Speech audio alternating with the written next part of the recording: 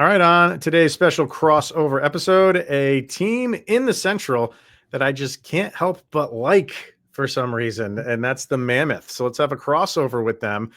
Crossover episode of Locked On Avalanche and Locked On Mammoth coming at you.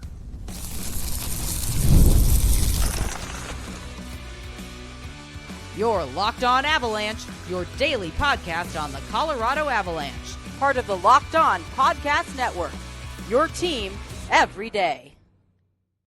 Everybody, welcome to, hang on. There you are. Where'd you go? Welcome to a crossover episode of Locked On Avalanche and Locked On Mammoth. I'm Chris Maselli from Locked On Avalanche, and joining me for the first time, Tom Callahan from Locked On Mammoth. The last time I did a crossover, they were still the Coyotes. Robin's still a part of the podcast, but you are now a duo and have not done a crossover with you. So it's nice to finally have you on board and doing a crossover, like I said in the intro, with a team that I shouldn't like, but I just do. And we'll get into all that stuff. But how are you doing today, Tom? Great, Chris. Thanks for having me on.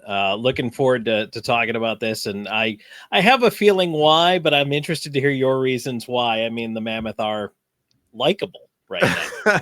They just are. Sit in that world for as long as you can, because once you cross that threshold of reasons why other fan bases dislike you, there's no coming back from it. So will you get there? I don't know. But right now, yeah, for me, the jealousy comes from a lot of different things. Like, there's players on the team that I love, but just how they have, it's taken a while to get here for the Mammoth, going back to the Coyotes. But where they are now with the prospects that they have, their cap situation, and you guys have all your draft picks. Like, it's all stuff that the Avalanche have struggled to kind of navigate. And you guys are in a really good spot. Like, on all, you're in a spot where you're kind of taking the next steps, and you still have like a really good prospect pool that you haven't touched yet. And the part with the draft picks is, over the next 3 drafts, there's 1 round that you're not picking in, and that's the 6th round in next year's draft. All the other picks, you know what that's like in Avalanche world? That, like, the jealousy runs deep in just having the draft picks. You know, it's interesting because the Avs put a lot into winning your cup, right? And you got your cup, and then smartly didn't pay Philip Grubauer. Let him walk, which was brilliant, because there's no way he was worth that money. But you know what? I mean, you have legitimate superstars on the team that need to be taken care of. I think Cale Makar is the best defenseman in the NHL, and maybe will be of this generation when it's all said and done. A healthy Nathan MacKinnon is a dominant Nathan MacKinnon. Like, you have a lot of reasons to like the Avalanche. Oh, sure. But you're right, because they had to make some moves when they were chasing that cup and then trying to stay in the window. That's the other thing, is trying to stay in the window. The reason why the Mammoth looks so good is because they're not yet in the window. They've got the homegrown talent coming up, and they're starting to have to pay them, which is fine. They've been planning for that. They do have all their draft picks, and they've been drafting fairly well. I saw a re-rank of the 2022 draft that had Logan Cooley going number 1 overall. Mm-hmm. I saw that, yeah. And I would agree with that. I think that's why. The funny thing is, and look, I used to work for the Coyotes organization too. It's not the team. Once they got Bill Armstrong in, they set a different path. They've chartered a course that is draft and develop. Their scouts have done an excellent job, but the ownership has just been garbage. It really has. And I mean, through the last probably 3 ownership groups, it's been hard. And so there's a lot of bitter Coyotes fans, especially when they left, but now they have good ownership in Utah.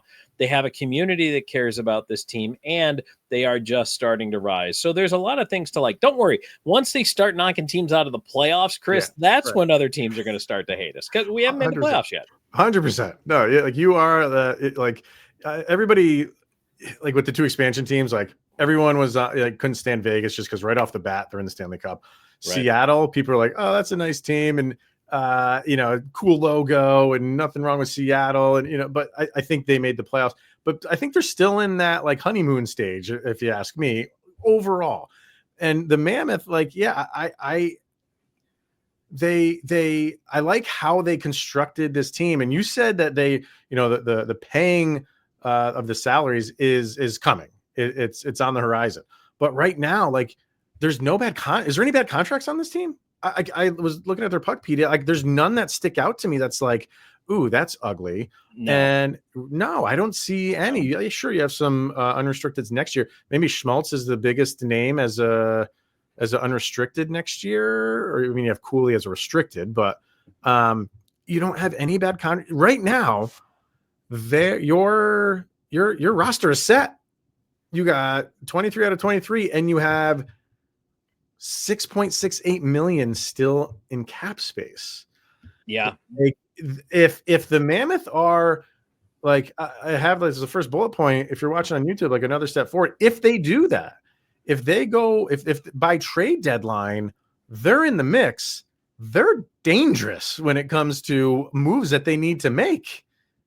This team heading into training camp this year. Now, I expect Cooley's contract extension will be announced around camp, maybe a little before. He's due. That's what they did with Gunther last year. Same thing. They extended him before the season. It worked out well. They'll extend Cooley.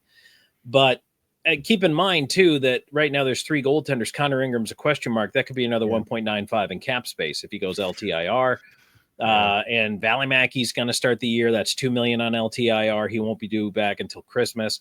So there's a lot of room for them. And here's the crazy thing. I was looking at this roster. We did the far too early line projections, especially bringing in Peterka.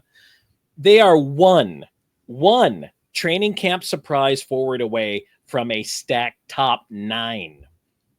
Because if someone cracks the top 6 out of nowhere, then Schmaltz drops down to the 3rd line, and that is just filthy. Did you ever think, I mean, when's the last time you were looking at depth when it came to, going back to Coyotes and the Mammoth, and you're like, yeah, like, no. I mean, it's happening. It like, that's why I said, I like the construct of this team. I like how it's been managed. I like how you're going to be competitive this year, and with good contracts, with cap space in the bank, with prospects waiting to go. You're hitting all the bullet points right now. I know I'm sounding like I'm not the host of an Avalanche show, and I love my Avalanche, but man, like, I'm really liking how the Mammoth are kind of navigating this. And yeah, once they hit that spot of being a playoff contender or playoff team, they're going to be a problem. And I feel like everyone's looking at Dallas. People look at the Avalanche. The Jets. I think last year a lot of people discounted them, and look what they did. So it's a very strong division. So it's not like the Mammoth have an easy road here. But when they're a player, and they could be a player this year, we'll get to expectations a little bit later. But I want to get to players and specific players in a second too. But that's kind of what just enamors me with them is they figured it out. Took them a while to get there and figure this stuff out. But I just feel like on all the right paths right now. And it's impressive to me. This division is killer. I mean, all the way back when I was with the Nashville Predators, I was calling games for the Preds from 2008 to 2013. That's when Nashville started to rise back then. And the Central Division then was tough, but that was Chicago's time, right? And now Chicago's out, and they're trying to take a step forward. But look at this division. St. Louis could put it together again. Winnipeg is really good. Minnesota, I actually think, is going to fall back a bit, but the Avs are good. Dallas is good. Nashville's a giant question mark, but the Mammoths should also be good. Like, there's just a lot to make you wonder who's going to be left standing at the end of it all. And that's why, I like the Mammoth. To me, I've already started saying playoffs or bust just to start the hype wagon. Sure. But you know what? Boy, it's a tough division. And there's so many teams that are still question marks this year in that middle of the pack where Utah is, including Utah, that, it's going to be a bit of a toss-up, but it's going to be an awful lot of fun to track this division this year. Would you say this is maybe the last year of Winnipeg, Dallas, Avalanche being like the clear top 3 in this division? This is the last year, and then everything after this year is it's just gonna be another year where the Mammoth are adding to whatever they can add. St. Louis getting better, and then all that money coming off the books. Well, a little bit more money coming off the books for Minnesota. So could this be the last year where, yes, we can say it's a strong division this year, but with those top teams still being at the top, and then following that, we're gonna have a free for all. I really think that Dallas is going to be strong for the foreseeable future, unless trading Robertson somehow just dismantles them. But they still have Jake Ottinger, and I'm really glad they got rid of Pete DeBoer, because I used to cover Vegas, and I watched Pete DeBoer absolutely skewer Marc-Andre Fleury, destroy the goaltending situation there, then put all their eggs in the Robin Leonard basket, and we see how that worked out. So that's. But they're going to move on. They've got Ottinger. They're going to be fine. I still love Connor Hellebuck. And I think any team that plays defensive hockey, and when the Avs won the Cup, and they still kind of play this way, it's puck possession hockey, right? Yeah. Any team that plays puck possession hockey is going to be towards the top of the division. And I think that's what those top three are going to be, unless health. I mean, look, Landeskog has had a rough road. If he can stay healthy, that's awesome. If McKinnon can stay healthy, that's awesome. But it also, the Avalanche are still a couple of years, at least I'm talking 3-4 years left to put in good runs. Oh, absolutely. And like, we've said it many times on our show that it was Joe Sakic in the post game or the postseason press conference. He's like, you got Cale Makar, you got Nathan McKinnon, your window is open. Right. And as long as those guys are on the team, they'll make moves to make sure that they are competitive. So yeah. And you mentioned you're happy Pete DeBoer is gone. There's a whole fan base right over here that is very happy that he's out of Dallas as well. So I want to get into specific players and this thing that the Mammoth have of just getting guys that I really like. So I want to talk about all of that. We'll do that coming up next. Let's hear from FanDuel. Summer sports are in full swing, and whether you're all about baseball under the lights, golf on the green, or high-stakes soccer action, FanDuel is the best way to make every game even more exciting. And you're already following the action, why not make it a little bit more thrilling? With FanDuel, you can get in on the game while your friends are getting sunburned at the beach. So if you're new to FanDuel, new customers can bet just $5. You get $150 in bonus bets if your first bet wins. Do you know off the top of your head, Tom, what the odds are for the Mammoth going into the season? I do not. I have not even started to look yet. No, I haven't either. And I'm just always curious where like, I think we can agree, like, I don't think they're going to be a Stanley Cup winning team, but I just like seeing like the improvement from last year to this year. Wouldn't surprise me if they're a little bit better odds for the Mammoth this year. So we'll see. So head over to the FanDuel, bet $5, get $150 in bonus bets if that first bet wins. Open the FanDuel app today or visit FanDuel.com to get started. All right, I want to first start with a player that you did not get, and then we'll talk about players that are on the team. You heard all of the teams that could have been involved if Marner went to market. I got to imagine the Mammoth were putting together something big for him, and did they just miss out on him like everybody else did because of the Vegas deal?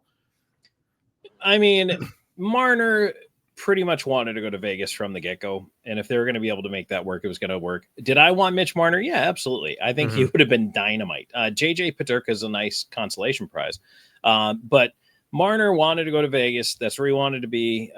They got the sign and trade done.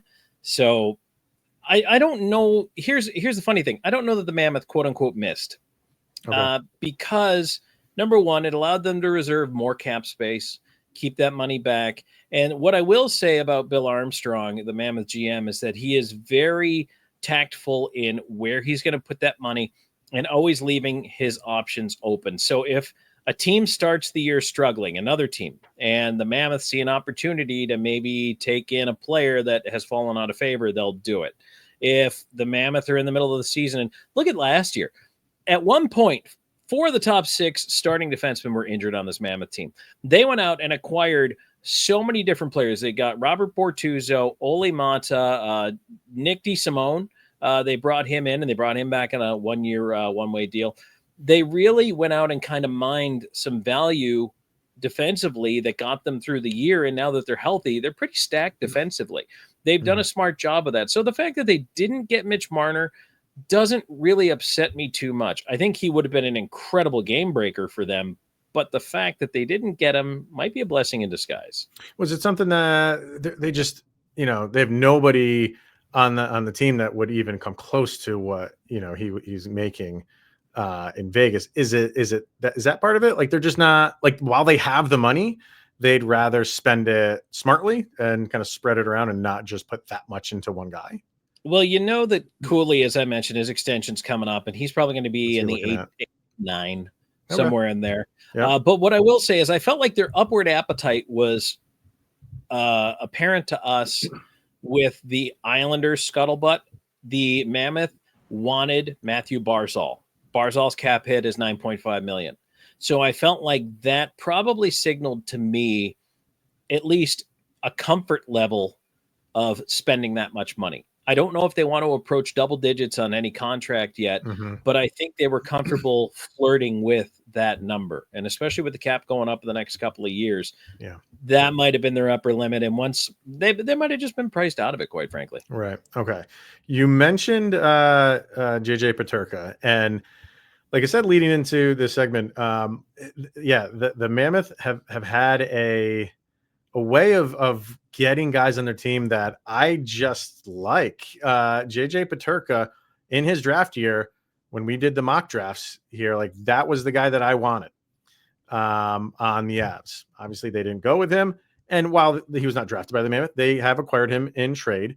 While the Avalanche were never going to be in on someone like Tisha Ginla, I liked him. He's like another guy that I like that is now on the Mammoth.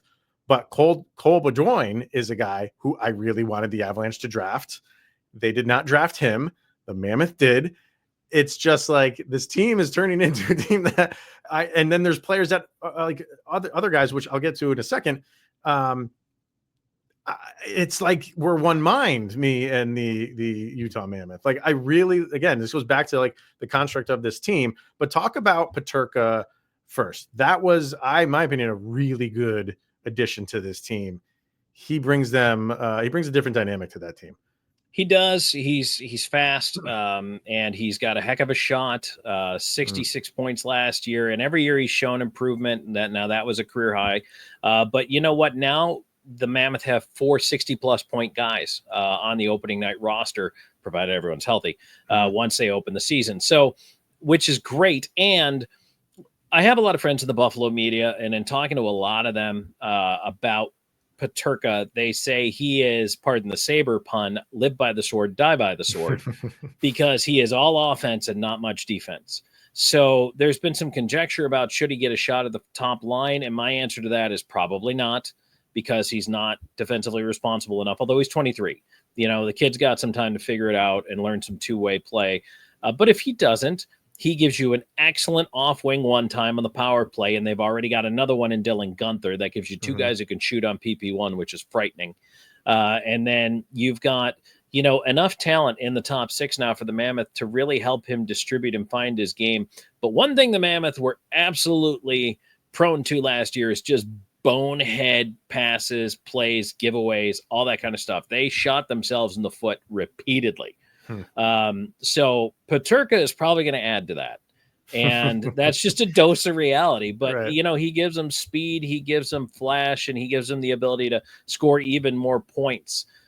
So I think that for the Mammoth, if they're able to clean up the D-zone stuff, this is a player who can really give them top 2 scoring lines that can mix it up with any team in the league.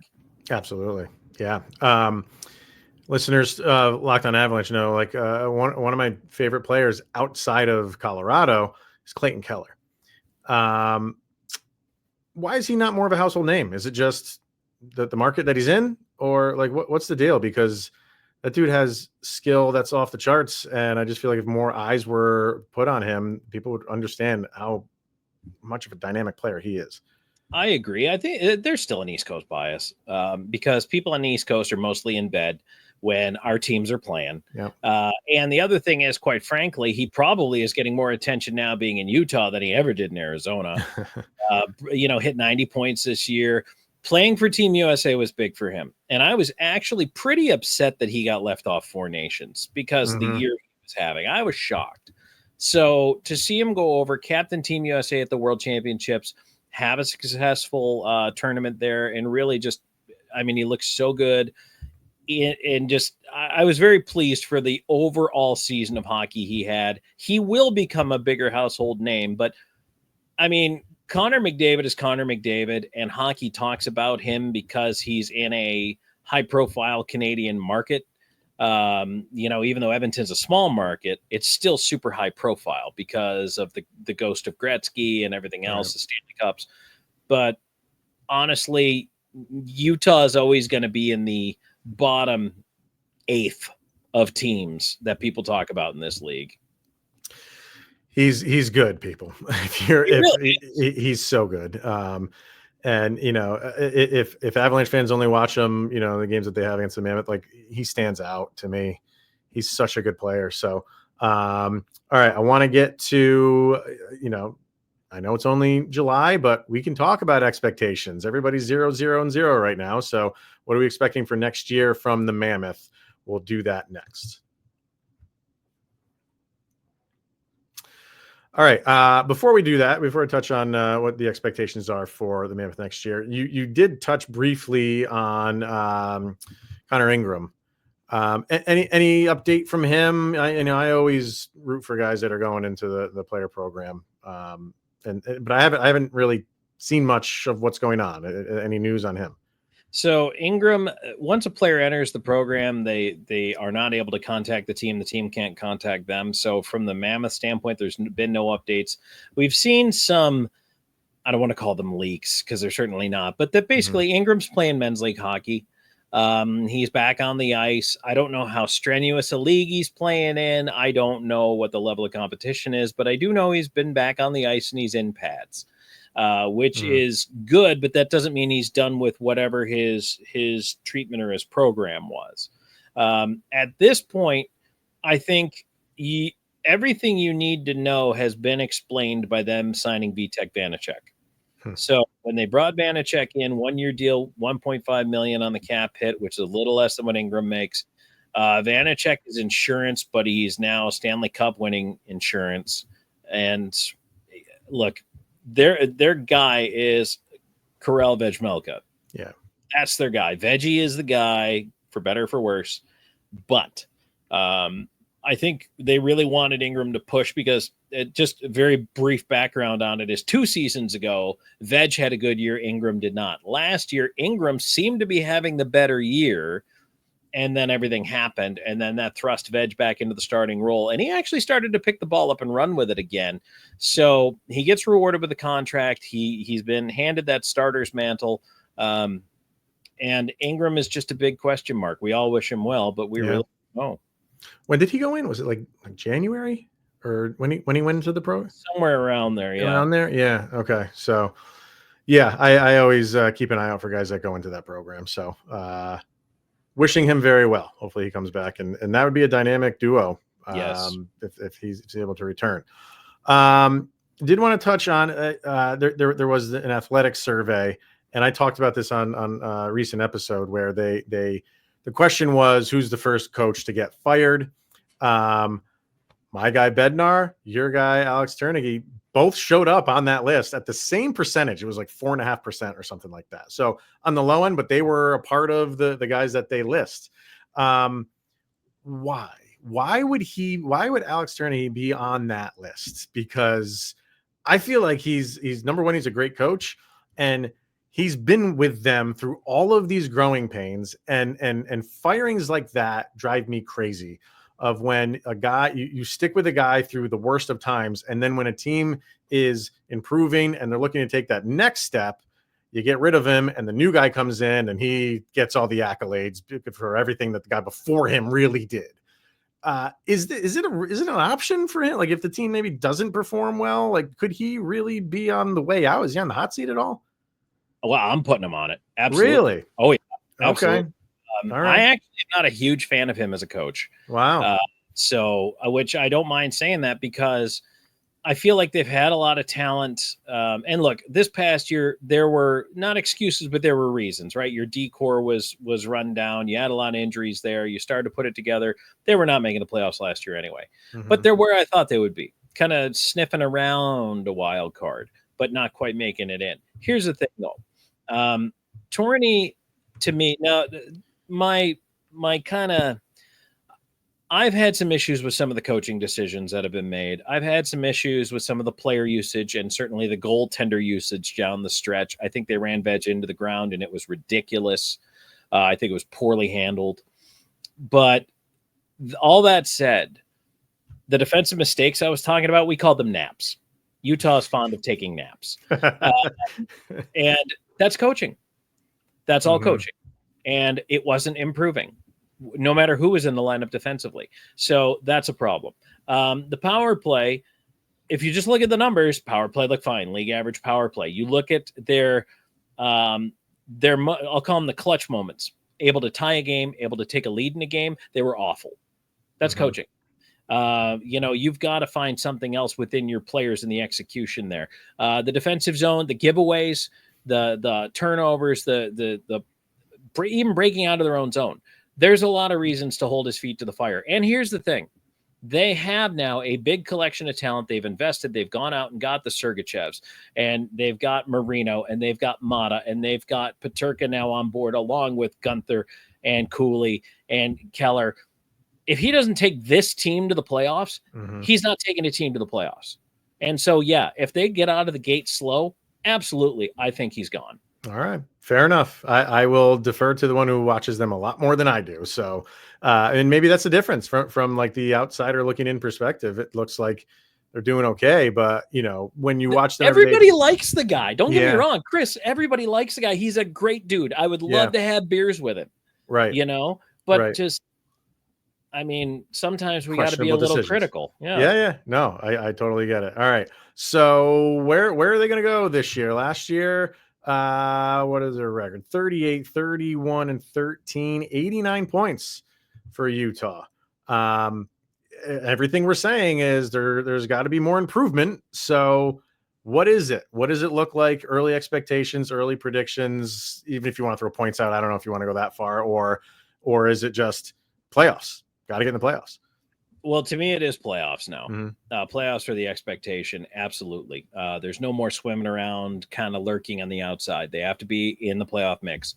And 2-3 years from now, they have to be contending for a Stanley Cup. That's the trajectory of this team. And I said last year, hey, fans, it's year one. Enjoy the ride. You're not making the playoffs. Year two, I expect you to be sniffing that number 8, number 7. Look, it's going to take, 95 points to get in. So that's 6 more points. That's 3 more wins. Okay. There were some games they kind of gave away in overtime. And oddly enough, they really overtime and a shootout, just they have to be better there. Also coaching. They need to be, but they need to put games away. There were several times they let teams back into games to tie them up and send them to OT and then maybe cough up that point. I don't like that. But if they can shore all that up or score the extra goal, look, if you give up 3, but you still score 4, you still win the game. So that's what I'm looking at. So I will say 95 points. They have to get to 95 points this year to get in the playoffs. I mean, it's, no longer is Arizona/Utah the dumping ground for contracts anymore. It's like, no, you guys are a competitive team, and the expectation is, it's going up the steps. The next step is we got to get in the playoffs.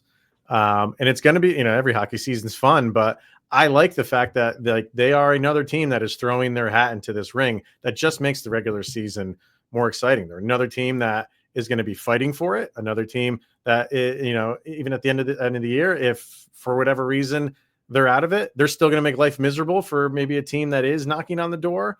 And the opposite's true. Like if they are a team that, hey, they need to get this win in game 81 or 82, they're going to be going all out. So it's just exciting to have as many teams as possible fighting for playoff spots, because that's what makes the regular season fun. And I like the fact that the Mammoth are kind of officially in that world now. I think that's great. In the Central, I mean, Chris, who can you even count out? Chicago. I think you can count out Chicago, but Nashville shouldn't be out on paper, right. which is weird. But and speaking of coaches who might be the first to go, I think he was number one on that list. Yeah, Brunette could be there too. So, but I mean, Minnesota, we don't know. St. Louis, we don't know. Nashville, we don't know. So, again, that's why it's going to be so much fun. It is. So we're almost there. We're crawling through the wet sand, but we're almost there. So, all right. Why don't you throw out where people can follow you and Robin in the show and listen up. Absolutely. So pretty much every social media platform, we're at Locked On Mammoth. If you want to follow me, I'm on Blue Sky at Tom Talks and on Twitter at Callahan on Air. Would love to have you follow us over there. And YouTube, we're excited. We're getting close to 1,500 on YouTube. So we're fired up about that. We got to figure out what foolish thing we're going to do to celebrate it. We haven't ironed that out yet. So suggestions in the comments. What should we do when we hit 1,500? Let me know. I had a crossover with Seth over at Locked On Wild, and he's planning celebrations Stanley Cup style when those contracts finally come off the books. Oh, I bet. Like he is planning what he's going to be celebrating like he won the Stanley Cup. So you guys got to do something when you hit the 1,500 mark. So yeah. Awesome, man. Go ahead. Yeah. Oh no, I was going to say we'll figure all that stuff out. And then for you guys, Chris, I know that because this is going to be on our platform as well. So where can folks find you? Same thing. Everywhere you get your podcasts, we're up on there. We are also on over on YouTube, and then all of the social medias. Just search Locked On Avalanche. Over on Twitter, it's LOPN_Avalanche. Same thing. Blue Sky on all those fun. We have fun over on social media, so join up over there. So. All right, that's going to wrap this thing up, man. I appreciate it. Nice to have you on for the first time between you and I, and talking some good hockey. And I'm sure we will do that again some point during the season. Check in, see how things are going, if you're good with that. Chris, if either one of our coaches is the first one to go, we're going to have to do that shit. Got to do it. Have to. Yes. Mark that. Actually, I'd say mark that down, but I don't want to mark that down because I don't want I like my coach. No, I like that part too. Yeah. So, all right, everybody, that is going to be it for today. So thank you for tuning in and making this your first listen of the day. And it's always appreciated. He's Tom Callahan from Locked On Mammoth. I'm Chris Maselli from Locked On Avalanche. Tom, I don't know if you know how we always end these shows, but I say I'll see everybody tomorrow, where you are 24 hours closer, where Sidney Crosby is that much closer to being a part of the Colorado Avalanche.